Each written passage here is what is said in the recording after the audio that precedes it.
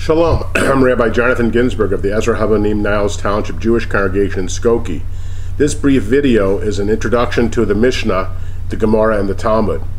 The Mishnah, according to traditional Judaism, is a compilation, a text, composed of 63 tractates, or units, divided into 6 sections. So these 6 seders have a total of 63 tractates, about 10 per seder. And they deal with the whole variety of issues of religious life, and of criminal and civil life, all of the ideas of God expressed in tradition. Now, the Torah is the basic document of religion. It teaches the laws and commandments incumbent upon Jews and non-Jews alike, some for non-Jews and most for Jews. But the Torah itself is not a guide that you can completely live by because it needs further explanation. For example, to help the poor, it says you should give them the corners of your field. It doesn't say how big. To slaughter an animal for proper eating, it says you shall slaughter it in the way I've told you, but how? It says you shouldn't cook a kid in the mother's milk. Does that mean that you shouldn't cook a particular kid in the mother's milk, or generically prohibit meat and milk?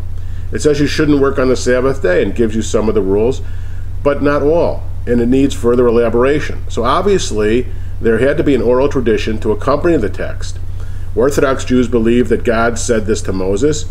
Other Jews believe that this was developed over the many centuries to help explicate and explain and elaborate on the Torah. The Mishnah is really the basis of all that we hold dear in Western civilization. It gives you the basis of civil law, criminal law, so many of the basic issues of what happens when you have an accident, a claim, a counterclaim, witnesses, a crime. That is the Mishnah. It's written in beautiful Hebrew.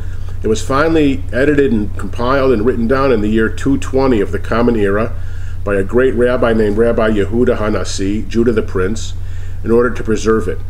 Now, this Mishnah was discussed both in Israel and in Babylonia, where the Jews were living, in a text in Aramaic, which is now called the Gemarah.